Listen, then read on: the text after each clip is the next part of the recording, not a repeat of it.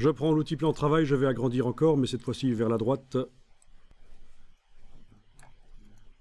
Je prends la flèche noire, je déplace le groupe que j'ai obtenu après décomposition de la vectorisation, puisque en fait il s'agit bien d'un groupe de vecteurs ici.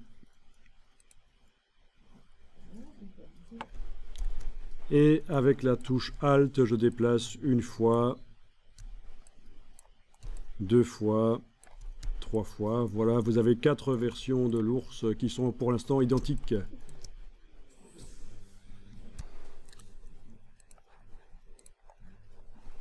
Ok, j'enregistre le document Illustrator.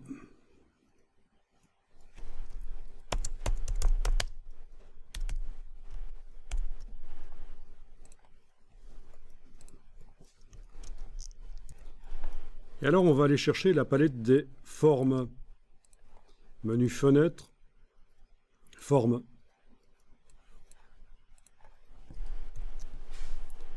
La palette des formes que j'ai détachée en prenant son onglet, eh bien elle contient déjà certaines formes que je vais pouvoir tester. Il y a des formes de différents types. Vous avez des formes de base, vraiment calligraphiques en fait, infographiques, on devrait plutôt dire. Vous avez des formes artistiques, vous avez des formes de motifs, vous avez les nouveaux types de formes. En fait, voilà, tous les types de formes qui existent dans Illustrator, ils sont là. Calligraphique, diffuse, artistique, motif, pinceau. Pour étudier comment gérer ces formes-là, il faut compter quand même minimum un jour et au mieux 2 jours, c'est bien. Donc, il va sans dire qu'on n'aura pas le temps de voir comment faire tous ces types de formes dans Illustrator, mais je vous fournis des informations sous forme de vidéo si vous voulez suivre, et il existe plein de tutoriaux de plein de genres différents.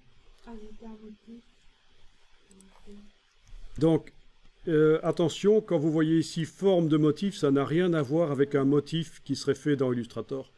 C'est une forme qui contient des illustrations en fait. Une illustration qui suit le trait. Mais un motif dans Illustrator, ça peut être aussi un remplissage à la manière Photoshop d'un motif sans raccord visible. Donc attention, il y a parfois des termes qui se ressemblent. Forme de motif et motif de la palette nuancier, c'est pas la même chose. Alors on va tester la forme artistique, parce qu'on va se focaliser surtout sur les formes artistiques ici. Vu qu'on n'a pas beaucoup de temps ensemble, les autres, vous devrez jeter un coup d'œil d'une manière ou d'une autre pour voir comment les faire. Vous activez votre premier ours là, et vous allez cliquer sur la forme artistique. Et voilà, elle est arrivée sur l'ours.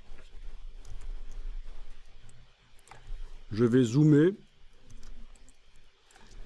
Donc vous voyez, si vous voulez faire un effet de dessin sur une illustration, elle peut être faite au départ au trait et vectorisée en mode contour. Et après, vous allez pouvoir mettre des formes dessus, des formes artistiques dessus. Ici, je vais aller dans le menu affichage, demander de masquer le cadre de sélection. Je n'ai pas besoin de ce cadre rouge qui apparaît autour des objets. Également, affichage, masquer le contour de sélection. Je n'ai pas besoin des vecteurs qui sont visibles autour, sur les traits. Voilà. Et on voit quand même mieux ce que ça donne. Donc c'est affichage, masquer le cadre de sélection. Et affichage, masquer le contour de sélection.